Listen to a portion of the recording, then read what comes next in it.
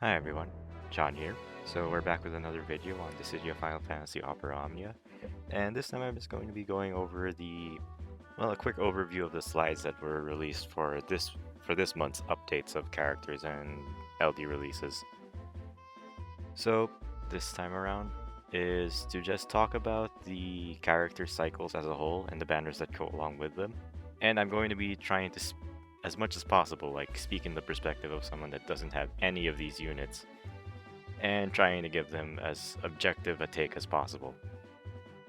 I might try to go more in depth as the next events go along, if I have the time to create a video on it. But for now, this overview of the entire banner cycle for the month would be how I would go about it.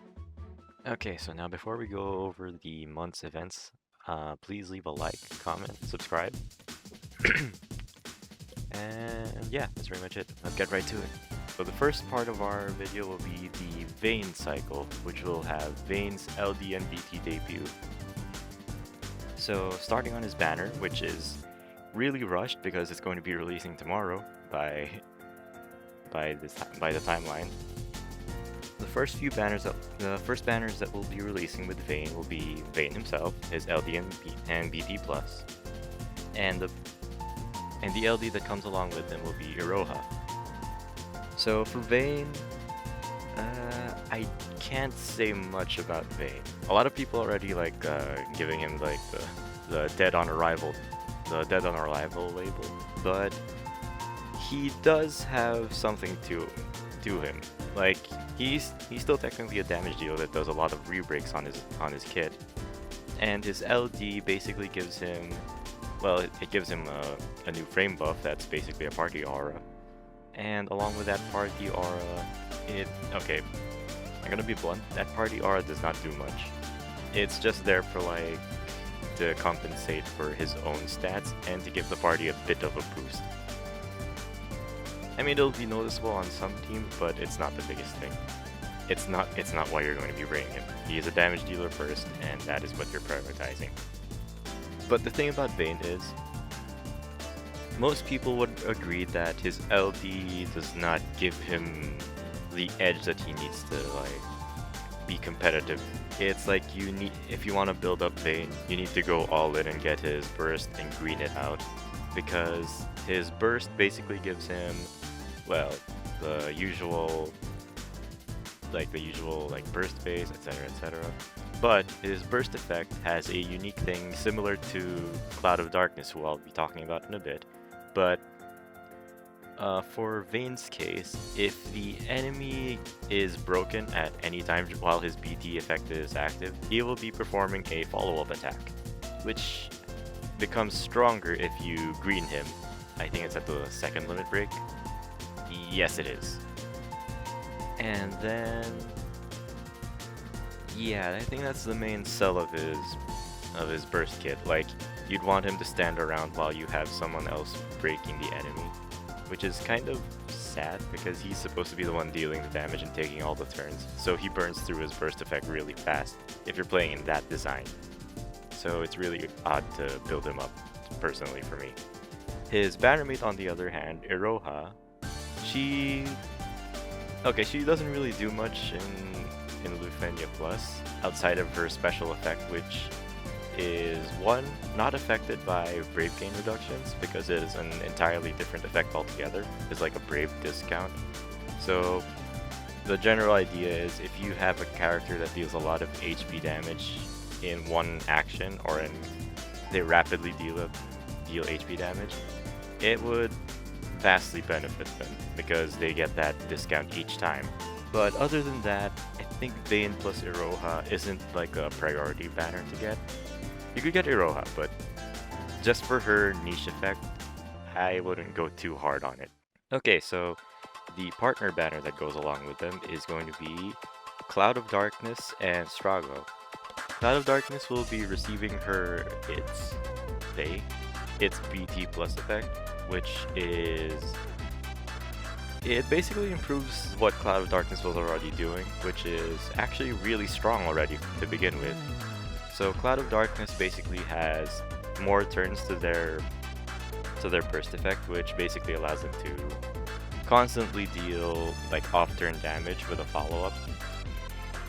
And the burst effect also gives the party 20% HP damage up. Yeah, I think that's it.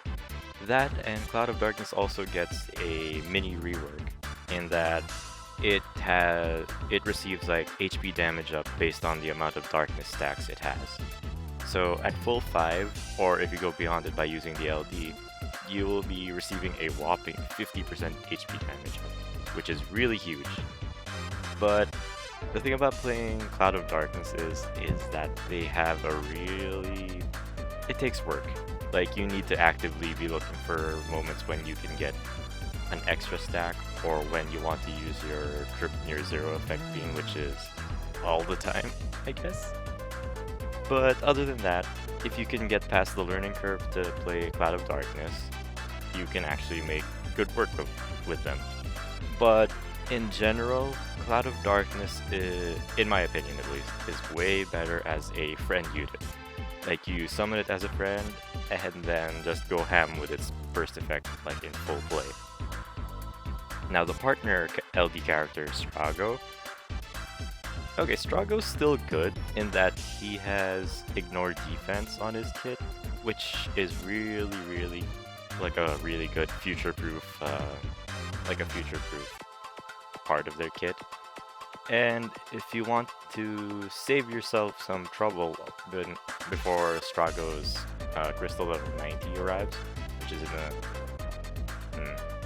maybe 5 months from now, 6, you can get him here, along with a chance to get Cloud of Darkness if you're into that. But again, personally, I wouldn't really chase too much on this banner. I mean, Strago right now is not the best option. He can put in work, but you need to put a lot of thought into it. So, for the initial banners of Vayne and Cloud of Darkness, yeah, it's a big skip for me. Okay, next up is the mission dungeon with Cait, Sith, and Gabranth. So this is a really good banner in my opinion, and it's arguably, I think, the best banner out of Vayne's cycle altogether. That will depend on the last banner I'm going to talk about. But anyway, so Cait Sith basically gives the party an effect that, well, one, he raises the party's HP damage, max brave regen, I believe, and he gives like a guaranteed 100% crit rate. And that plays in part with the actual special effect that he has with his LD, which is whenever someone deals a critical hit,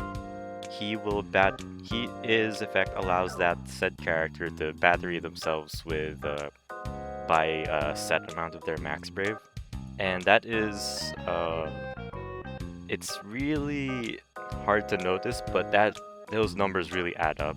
And if you have a character that has like low attack power, like they hit for low, but they have a lot of hits on their kit, like the most recent one I can think of off the top of my head is like Prompto or Quistis.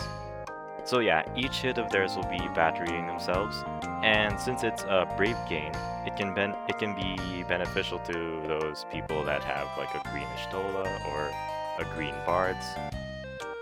Basically, anyone with brave gain up will really benefit highly from playing with Cait Sith.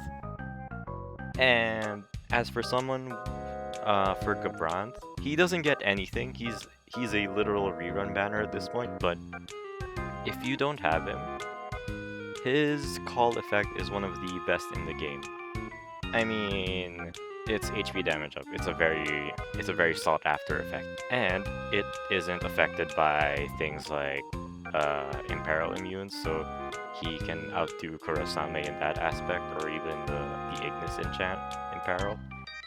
But the problem is, Gabranth's call abilities are really tied to him having his EX built up, so I'm thinking in the sense that you haven't built him up yet, so it'll be very difficult for you to like invest purely just for a call unit. So it's up to you on that. So next up is the Shelke event banner. So Shelke is going to be a new character, and she will be technically the last banner to appear with Vayne's BT plus cycle. Shelke is, how do I put it? She has a lot of good like selfish damage dealer effects on her, and she can really do that job extremely well. Like I've seen a lot of people run her in a lot of content, and she just like goes crazy with those Beat Saber attacks. And of course her whole rewind effect, which basically like resets her skills. So yeah, but outside of that, she is mostly a damage dealer, and we get a lot of those moving down the line. So it's up to you if you like the character, and she has a lot of damage potential on her if you build around her team. But other than that, I don't know, I don't think it's a worthwhile pull. And the LD that comes along with it is Fujin LD, which is infamously known as one of the worst LDs in existence. I don't know why people call that. I have Fujin LD. It's like, she doesn't hit the hardest, but she's not really built for that anyway. She gives something similar. She's like a prototype to what Cait's LD is acting as now. And the fact that Fujin doesn't get anything out of this other than that she's just a pure rerun character at this point, I'm a bit hard pressed to pull for her as well. Unless you need like an enchanter, a wind enchanter, which is, it's not as frequently as absorbed as say like a holy enchant. But anyway, any enchant imperiler on the team is always a good pull if you don't have any of that kind. But outside of that, yeah. Okay. And lastly, the wildcard banner, which is going to be Zack's LD, and possibly a mystery 1 to 2 LDs that might run with him. Okay, on the JP side, this was during the anniversary, and he ran with an Ash LD rerun, which was a very strong banner actually, because Zack himself also got a rework shortly before all that happened. His LD is more of a defensive buff that reduces HP damage, gives the party HP regen, straight up gives them almost 200% defense, like 170% I believe. And then, yeah, I think that's it. Well, the attack itself is actually pretty good. It's a full AoE attack that deals HP damage twice, so yeah, that's pretty good. Although, I'm going to be objective about this. I would personally pull for Zack later, because he has an actual banner that will run later on, which will feature him, plus Rydia, who is a really good water enchant unit, and Zack's Burst Plus, which is absolutely game-breaking in some fights. So, in my opinion, that's a stronger banner. But of course, my own favoritism will probably play against me, and I'll probably throw a bit of my resources at Zack. But yeah, objectively speaking, it'll really depend on who the second banner is for you. But Zack is a really good tank, and if you don't have him, he is a really good pickup. And depending on who his second partner is, it can be either just good or better. So yeah. So you have to take that into consideration. Anyway, that's all for Vayne's cycle, so thanks for watching. Like, comment, subscribe.